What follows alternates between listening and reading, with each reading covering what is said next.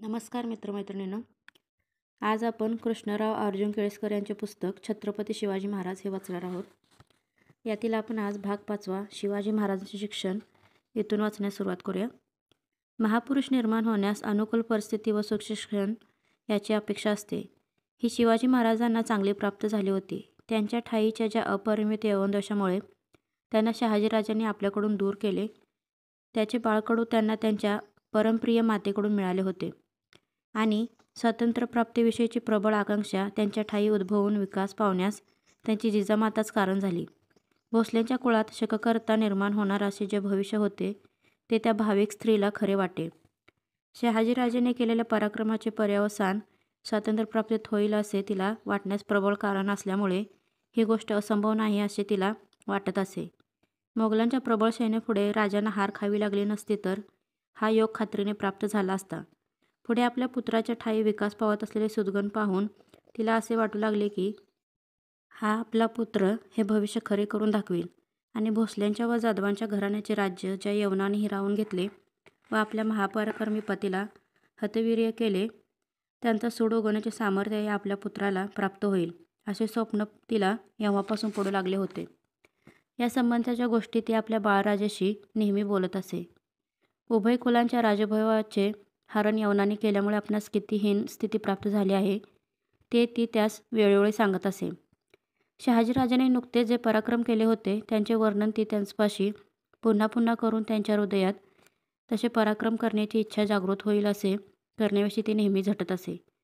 गोहत्या करणाऱ्या, देवब्राह्मणांची विडंबना करणाऱ्या, क्रूर व विश्वासघातकी अशा यवनांची सेवा करून योगक्षेम चालवणे अत्यंत निंद्य व विपत्तीमूलक आहे असा बोध ती त्यांना अहर्निश करीत असे. ती मोठी धर्मशील असल्यामुळे घरी नेहमी पोत्यापुराणे वाचवी. त्यातील कथा ऐकण्याचा नाद महाराजांस लहानपणापासून लागला होता. त्यामुळे स्वधर्माविषयीचा अभिमान व श्रद्धा ही त्यांच्या हृदयात अल्पवयातच उद्भवली. राम रावण, कौरव पांडव इत्यादिकांचे युद्धप्रसंग ऐकून त्यांच्या अंगात स्फुरण येत असे आणि आपल्या वडिलांचे पराक्रम स्वमातेच्या तोंडून पुन्हा पुन्हा ऐकून तसे आपण करू व स्वजातीचे सार्थक करू असा हुरूप त्यांच्या ठाई समजू लागल्यापासून उत्पन्न होऊन ते दिवसेंदिवस वृद्धिंगत होत गेला. त्यांच्या आचरणास चांगले वळण लागावे, त्यांना कुसंगती लागू नये, त्यांना कोणतेही व्यसन किंवा ढंग लागू नये म्हणून जिजामाता फारच जपत असे. याप्रमाणे महाराजांच्या ठाई साहस, धैर्य, शौर्य, मर्दुमकी, सदाचारप्रीती, स्वधर्मनिष्ठा, स्वातंत्र्यप्रीती इत्यादी सद्गुणांचा विकास या माऊलीच्या शिक्षणाने चांगला झाला. यवनांचे ताबेदार होऊन परतंत्रतेत आयुष्यक्रमण करण्यात काही एक पुरुषार्थ नाही. यवनावर भरोसा ठेवून त्यांची सेवा कितीही इमानाने केली तरी तिचे काही एक चीज व्हायचे नाही व खऱ्या सौख्याचा लाभ घडावायचा नाही या विचारांचे बाळकडू या मातेने बाळराजास भरपूर पाजले होते. शिवाय त्यांचे बालपण अतिबिकट स्थितीत गेले असल्यामुळे मातेचा हा सुबोध त्यांच्या हृदयात चांगलाच प्रतीत झाला.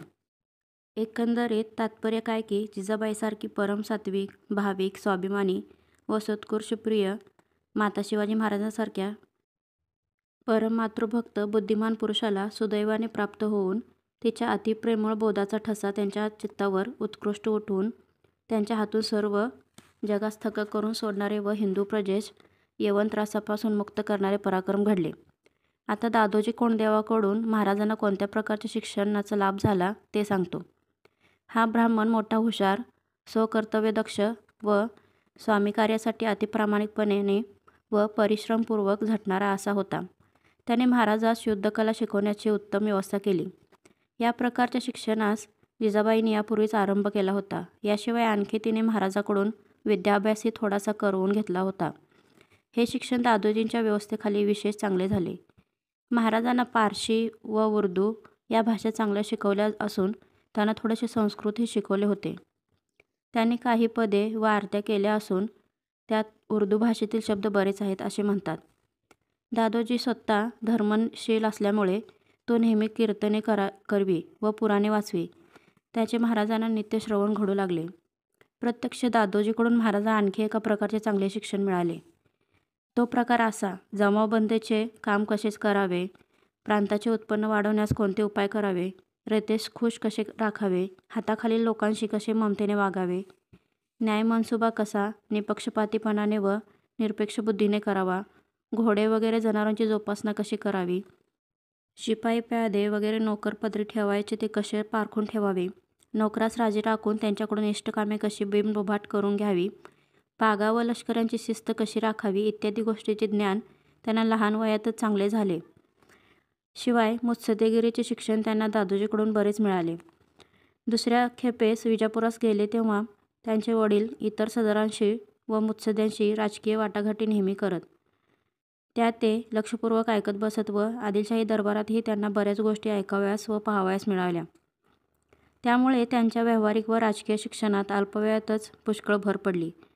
इथपर्यंत महाराजांच्या बहुतेक व्यावहारिक, नैतिक व राजकीय शिक्षणाचा प्रकार सांगितला. याशिवाय आणखी त्यांच्याकडून ग्रंथाध्ययन केल्याची विशेषणीय अशी माहिती मिळत नाही. तरी त्यांना लिहिणे वाचणे शिकवले असून पारशी, उर्दू व संस्कृत या भाषाही थोड्याफार शिकवल्याचा पुरावा असल्याचे वर सांगितलेच आहे. शिवाय वामन, तुकाराम, रामदास, भूषण वगैरे कवींनी त्यांच्या संबंधाने जे स्तुतिपर उद्गार आपल्या काव्यात काढले आहेत त्यावरून त्यांचे विद्याध्ययन बरेच झाले होते असे दिसते.